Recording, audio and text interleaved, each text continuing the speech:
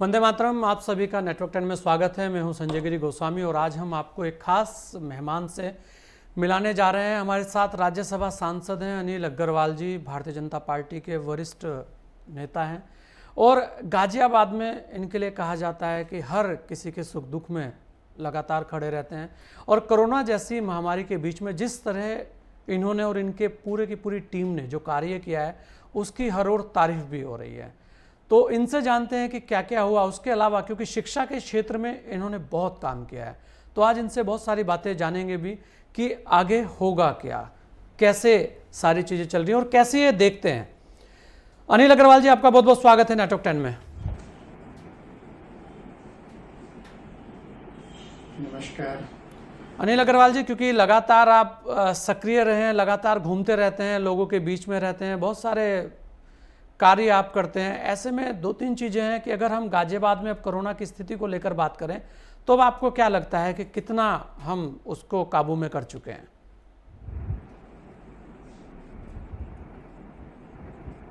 नहीं, वर्तमान में गाजियाबाद में कोरोना पूरी तरह से काबू में है और अब तो कभी 2, कभी 3, कभी 5 उस तरह के पेशेंट आ रहे हैं और मात्र कुछ 25 या 26 पेशेंट हैं जिनका इलाज हो रहा है। बाकी सब लोग ठीक होके अपने घरों को जा चुके हैं और वैक्सीनेशन का ड्राइव बहुत तेजी से गाजियाबाद में चल रहा है। नागरिकों में बड़ी इसके लिए जागरूकता है और वो बढ़ चढ़ के वैक्सीनेशन प्रोग्राम में हिस्सा ले रहे हैं। तो मुझे लगता है आने वाले दिनों में गाजियाबाद कोरोना को लेके पूरी तरह से अच्छी पोजीशन में होगा और गाजियाबाद के नागरिक जो सरकार द्वारा जारी किए गए प्रोटोकॉल्स हैं, 2 गज की दूरी, हाथ सैनिटाइज करते रहें, धोते रहें अपने हाथ नियमित रूप से, तो उसका भी पालन करेंगे तो हम लोग समझते हैं कि गाजियाबाद में कोरोना की स्थिति बहुत बेहतर होगी और हम लोग कोरोना से निजात पा पाएंगे। बिल्कुल अनिल अग्रवाल जी, क्योंकि आपने बहुत सारे प्रयास किए। अगर हम बात करें शिक्षा को लेकर, इस बार सबसे ज़्यादा जो प्रभाव पड़ा है वो सबसे ज़्यादा बच्चों के ऊपर प्रभाव पड़ा है। तो जो ऑनलाइन शिक्षा है, अब आगे क्या होने जा रहा है? शिक्षा को लेकर क्या कुछ चेंजेस अभी आएंगे? क्या स्कूल खुलेंगे या शिक्षा ऐसी ऑनलाइन चलेगी? ऐसे बहुत सारे सवाल तैर रहे हैं क्योंकि आप खुद शिक्षा के क्षेत्र में और बहुत बड़ा नाम है आपका, तो आपसे बहुत सारी जानकारियां मिल सकती हैं जी।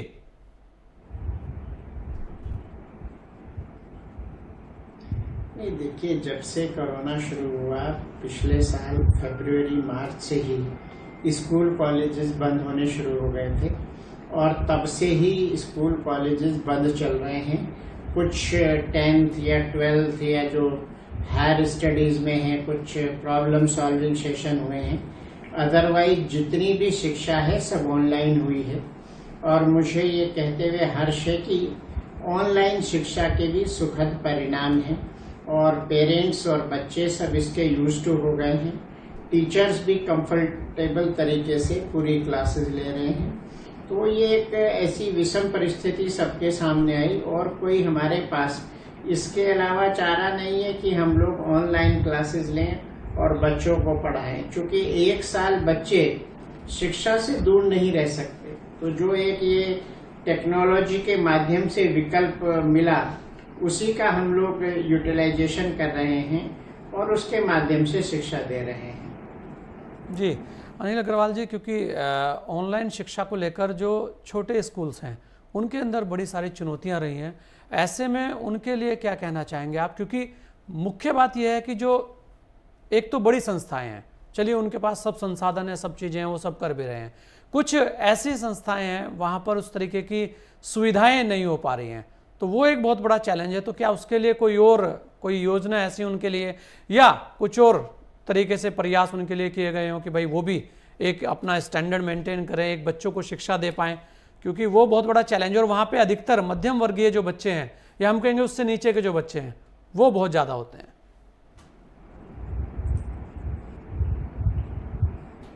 देखिए, कोरोना अपने आप में एक बड़ा चैलेंज है और ये एक वैश्विक महामारी है। पूरी दुनिया इसकी वजह से परेशान रही है। ये बात जरूर है कि कुछ जो छोटे स्कूल्स हैं या जो पेरेंट्स ऐसे हैं जो कि लैपटॉप या कंप्यूटर नहीं उपलब्ध करा पाते। लेकिन अब सभी पेरेंट्स लगभग ऐसे हैं जिनके पास स्मार्टफोन है, तो स्मार्टफोन के जरिए भी हम लोग ये ऑनलाइन शिक्षा दे रहे हैं। और प्रॉब्लम तो है, लेकिन इसके अलावा मुझे लगता है और कोई विकल्प नहीं है। तो जो वर्तमान परिस्थितियां हैं उसमें ऑनलाइन क्लास ही करा के बच्चों का सिलेबस पूरा किया जा सकता है। यद्यपि मैं ये स्पष्ट रूप से मानता हूं कि क्लासरूम जो एजुकेशन है उसका विकल्प नहीं है ऑनलाइन एजुकेशन, लेकिन ऑनलाइन एजुकेशन के अलावा इस समय कोई विकल्प नहीं है। हम लोगों को बच्चों के स्वास्थ्य के बारे में विशेष ध्यान रखना है। और जहां तक आपने पूछा स्कूल कॉलेज कब खुलेंगे, इसके बारे में तो कोई भी प्रेडिक्ट नहीं कर सकता, क्योंकि सरकारें तो चाहती हैं जल्द से जल्द स्कूल कॉलेज खुले, नॉर्मलसी हो। बच्चे भी चाहते हैं स्कूल जाएं, पेरेंट्स भी चाहते हैं बच्चे स्कूल जाएं, टीचर्स भी चाहते हैं कि नॉर्मलसी आए, वो क्लासरूम टीचिंग करें। क्योंकि जो इंटरेक्शन क्लासरूम में होता है वो ऑनलाइन में नहीं होता। लेकिन ऑनलाइन के अलावा वर्तमान में कोई विकल्प नहीं है। एक और प्रॉब्लम है जो कुछ लोग प्रेडिक्ट कर रहे हैं कि तीसरी वेव आएगी और उस तीसरी वेव में बच्चों के ऊपर उसका इफेक्ट ज्यादा होगा, तो उसको लेके भी सभी की चिंताएं हैं। अभी तक हम लोग 18+ की वैक्सीन लगा रहे हैं, लेकिन जो बच्चे स्कूल में पढ़ते हैं, 10th में पढ़ रहे हैं, 11th में पढ़ रहे हैं, 12th में पढ़ रहे हैं, उनके लिए तो अभी वैक्सीन भी नहीं लगी। यद्यपि हमारे साइंटिस्ट ने और डॉक्टर्स ने इस ओर भी काम किया है और उम्मीद है कि अगस्त के माह में, सितंबर के माह में 12 से 18 साल के बच्चों के लिए भी वैक्सीन उपलब्ध हो जाए।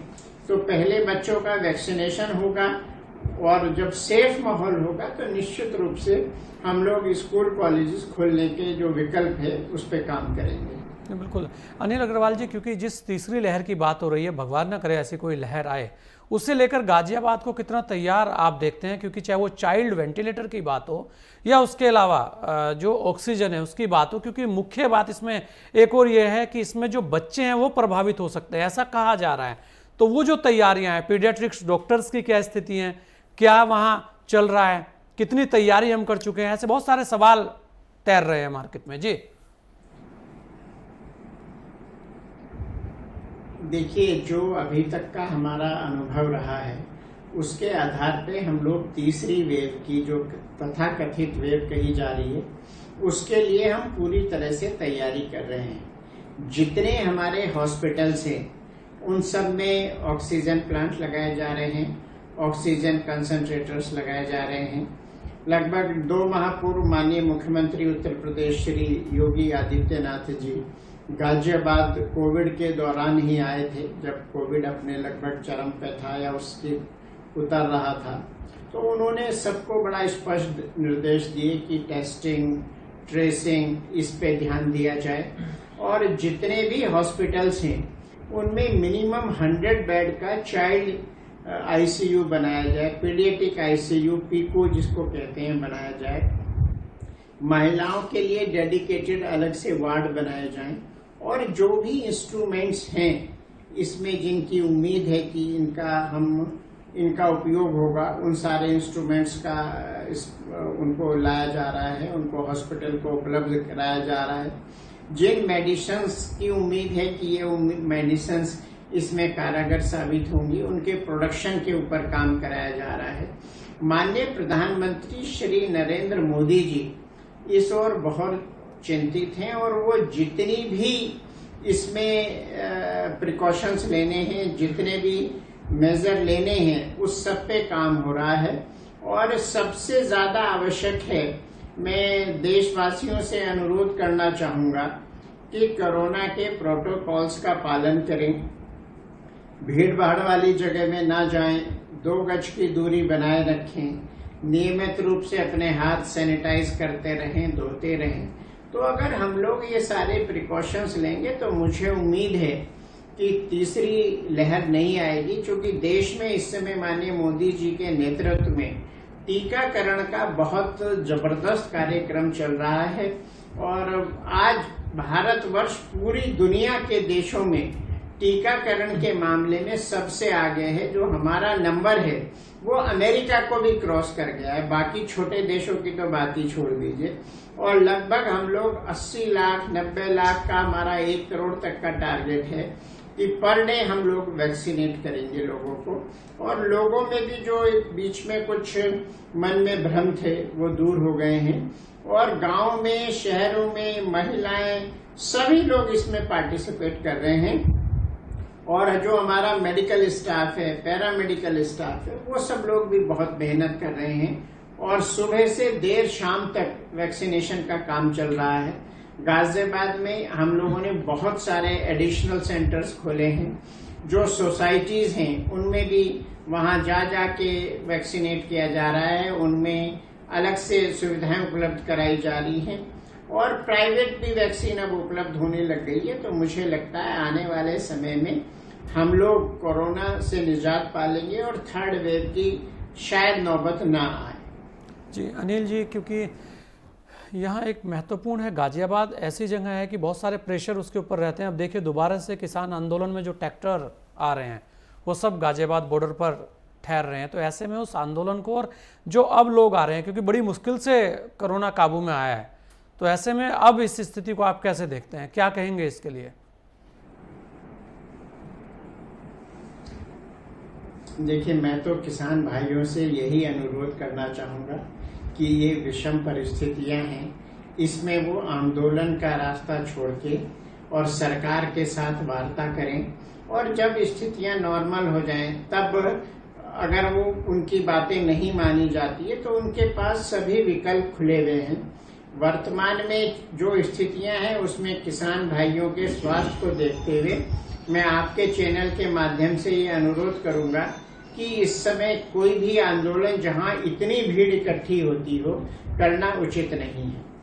जी अनिल जी, गाजियाबाद के लोग आप पर बड़ा विश्वास करते हैं, तो ऐसे में उन लोगों से क्या अपील आप करना चाहेंगे? नहीं, ये मेरा सौभाग्य है कि लोगों का विश्वास मुझ पे है। मैं सभी लोगों से ये अपील करना चाहता हूँ कि जो सरकार ने और WHO ने कोरोना के मामले में प्रोटोकॉल्स तय किए हैं उसका सभी लोग पालन करें, और इसी में हम सबकी भलाई भी है। लोग जो अभी तक वैक्सीन जिन्होंने नहीं लगवाई है वो वैक्सीन लगाएं, और हम सब मिलके कोरोना से लड़ाई जीतेंगे, ये मेरा विश्वास है। बिल्कुल अनिल जी, लास्ट सवाल आपसे ले रहा हूँ कि ऐसे वो कौन से कार्य हैं गाजियाबाद के अंदर जिन्हें लेकर दोबारा चुनाव में आप जाने वाले हैं और ये कहेंगे कि वास्तव में ये जो कार्य हुए हैं ये गाजियाबाद के जनहित के कार्य थे और इनका होना बहुत जरूरी था?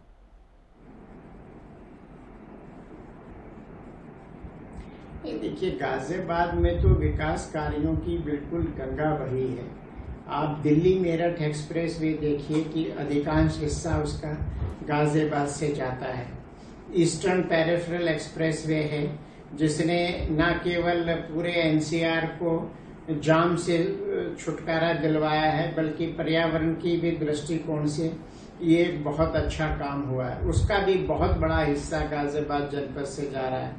गाजियाबाद में हिंडन एयरपोर्ट है जहां से वर्तमान में नियमित रूप से उड़ानें चल रही हैं।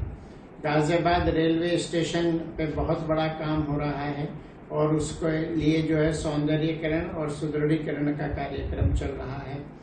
जो बाकी भारत सरकार के कार्यक्रम हैं जिसमें कि बेटी बचाओ बेटी पढ़ाओ है, लोगों को जो हेल्थ कार्ड दिए गए हैं, घर घर में जाके उनको गैस के चूल्हे दिए गए हैं, जो हम लोगों ने मकान बनवाए हैं, शौचालय बनवाए हैं, उत्तर प्रदेश सरकार के द्वारा गरीब विधवाओं को पेंशन दी जा रही है, गरीब कन्याओं की शादी की जा रही है। इस कोरोना काल में भी सबको आर्थिक रूप से मदद की गई है, सब लोगों को खाद्यान्न उपलब्ध कराया जा रहा है। तो ये सारी चीजें हैं। और सबसे बड़ा जो मुद्दा उत्तर प्रदेश में माननीय योगी आदित्यनाथ जी के नेतृत्व में जो लॉ एंड ऑर्डर इम्प्रूव हुआ है वो सबसे बड़ा एक मुद्दा है। अदरवाइज उत्तर प्रदेश का हालत थी कि कुछ लोगों के खिलाफ लोग FIR कराने की सोच भी नहीं सकते थे। थाने में जाते थे तो डांट देते थे, और उनका इतना खौफ था कि वो सबके सब लोग उत्तर प्रदेश में पैरेलल सरकार चला रहे थे। माननीय योगी आदित्यनाथ जी के आने के बाद वो सब के सब जेल में हैं, और आज अपनी जो है गलतियों को पर पश्चाताप कर रहे हैं कि क्यों वो इस जुर्म की दुनिया में आए। एक चीज मैं और कहना चाहता हूं कि जो भारतीय जनता पार्टी ने देश की जनता से बड़े 2 वादे किए थे, उनमें हम लोगों ने पूरे कर दिए हैं। जैसे राम मंदिर का निर्माण माननीय प्रधानमंत्री श्री नरेंद्र मोदी और उत्तर प्रदेश के मुख्यमंत्री श्री योगी आदित्यनाथ जी के सानिध्य में शुरू हो चुका है। उसका कार्य तेजी से चल रहा है। धारा 370 हटा दी गई है। कश्मीर में नॉर्मल लाइफ की ओर हम लोग बढ़ रहे हैं। 3 तलाक जो मुस्लिम महिलाओं के ऊपर एक इतना बड़ा उनके ऊपर हमेशा एक ये लटका रहता था खंजर की, कब पति उनको उठे और कह दे तलाक तलाक। तो इन सब चीजों का जो हमने काम किया है, और आज देश में हर तरफ विकास कार्य हुए हैं, उन सब मुद्दों को लेके हम चुनाव में जाएंगे। और मुझे पूरी उम्मीद है कि आने वाले चुनाव में उत्तर प्रदेश विधानसभा में हम पिछली बार से भी बेहतर प्रदर्शन करेंगे। चलिए अनिल अग्रवाल जी, आपने अपना समय हमें दिया, इसके लिए बहुत बहुत धन्यवाद आपका। नमस्कार। तो ये थे हमारे साथ राज्यसभा सांसद अनिल अग्रवाल जी, भारतीय जनता पार्टी के वरिष्ठ नेता हैं, बड़े चेहरे हैं। लगातार वो भी यही कह रहे हैं कि कोरोना से लड़ने के लिए हमें जो इसकी गाइडलाइन है उसका पालन करना होगा। उसके अलावा भी उन्होंने बहुत सारी बातें गाजियाबाद को लेकर रखी। इस खास मुलाकात में इतना ही। दीजिए मुझे इजाज़त। जय हिंद।